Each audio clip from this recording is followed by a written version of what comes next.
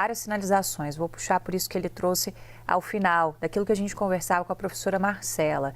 Ele fala justamente do contato que teve com Giorgia Meloni e com aquela mensagem que foi lida pelo governo do Brasil como uma mensagem não de travar necessariamente as coisas, mas de jogar para janeiro. Então, colocando ali um pouco mais de expectativa também e demonstrando que a questão está dentro da própria União Europeia, não na União Europeia com o Brasil. Professora Marcela está com a gente também, professora. Queria repassar essas colocações do presidente Lula a você. E me chamou muita atenção o tom que o presidente Lula usou ao falar da situação na Venezuela. Foi uma fala muito forte, no sentido de que, se houver uma intervenção armada, você tem também um risco muito grande de ter uma catástrofe humanitária. Ali ele está mandando um recado para todos do grupo, está mandando um recado para os Estados Unidos e a gente sabe o quanto que o Brasil está numa espécie de sobreaviso no momento sobre o que pode acontecer em relação à Venezuela. Queria que você ajudasse a gente a conectar esses assuntos todos a partir da fala do presidente Lula. Bom, eu acho que é importante que nesse discurso o presidente Lula ressaltou os grandes princípios da política externa brasileira que sempre dão continuidade à nossa inserção no sistema internacional. Então a gente pode olhar o multilateralismo, ou seja, a defesa das instituições multilaterais, então o papel do próprio Mercosul, da União Europeia, das grandes agências, por exemplo, a ONU, a OMS, enfim, né, que é uma pauta histórica da política externa brasileira.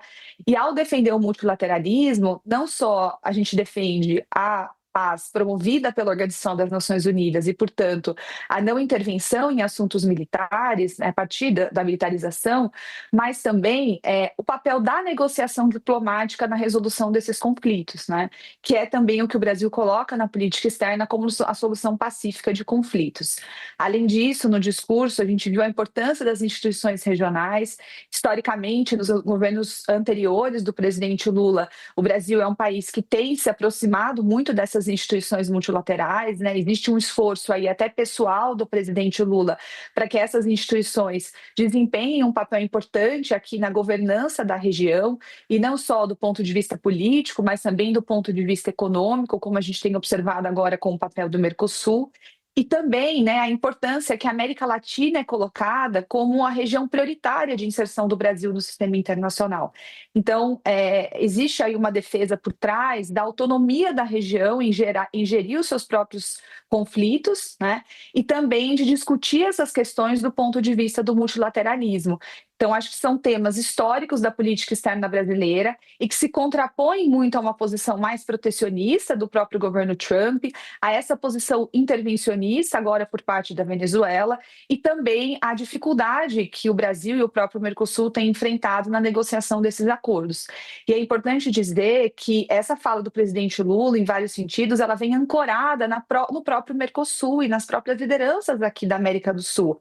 Porque quando ele usa esse tom forte também para falar sobre o adiamento, né, da assinatura do acordo com o Mercosul, existe uma convergência aqui na região em torno desse tema, apesar de todas as divergências políticas e ideológicas. Então, quando o Milei assumiu, por exemplo, né, a gente discutia muito os impactos que isso ia ter aqui para o Mercosul, porque haveriam divergências importantes entre o presidente brasileiro e o presidente argentino. E principalmente nessas temáticas, né, na temática comercial, a gente tem observado que essa convergência é bastante importante.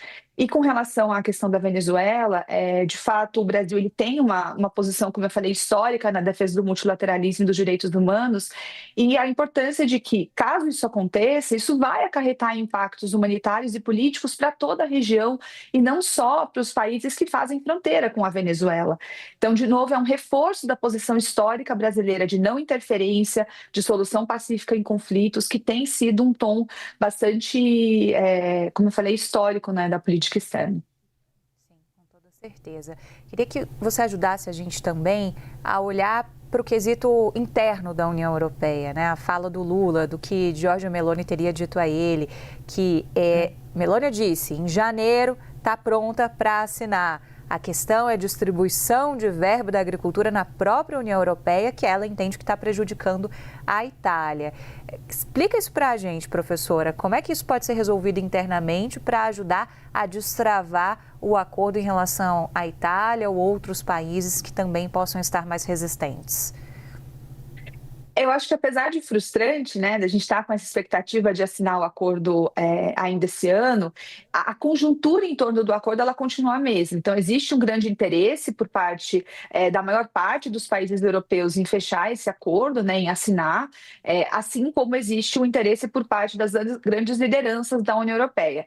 Como a gente comentou anteriormente, o grande desafio agora não cabe mais ao Mercosul, mas cabe a esse processo interno na Europa. Então as próprias instituições europeias elas vão ter que criar mecanismos, como por exemplo as salvaguardas, para garantir que parte desses interesses desses grupos mais protecionistas eles sejam atendidos com o acordo, né? Se esses grupos se sentirem atendidos de alguma maneira, ou de fato você tiver algumas salvaguardas que resguardam a posição desses grupos que não têm tanta competitividade internacional e que de fato seriam afetados, né, pelo agronegócio brasileiro, talvez você tenha mais condições de fechar esse acordo, né, de assinar de uma maneira mais rápida do que até então a gente espera, com essa frustração que chegou nesse processo agora no final de 2025.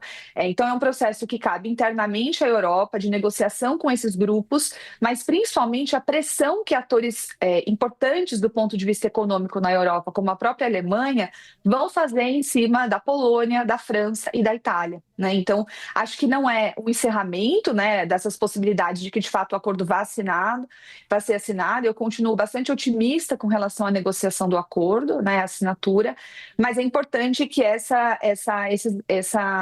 balanço de forças, vamos dizer assim, né, ou essa negociação interna da Europa, ela aconteça até para você sanar essas possíveis críticas e diminuir os impactos, porque o Brasil ele já abriu mão de bastante coisa, né? A gente já colocou muita coisa na mesa de negociação, então a gente vai ter que cumprir as questões, né, as regras ambientais da Europa, o nosso setor do agronegócio, que é um setor que seria beneficiado diretamente, vai sofrer esses impactos das salvaguardas.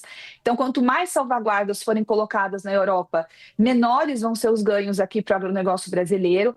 Mas, apesar desses desafios, o acordo continua sendo interessante para ambos os blocos. Bom, questão de tempo. 2026 está logo aí. Quem sabe os pontos não se acertam na virada do ano. Professora, muito obrigada por estar com a gente, por continuar aí acompanhando com a gente o discurso do presidente Lula também. Marcela Franzoni, professora de Relações Internacionais do IBMEC São Paulo. Muito obrigada, um ótimo fim de semana.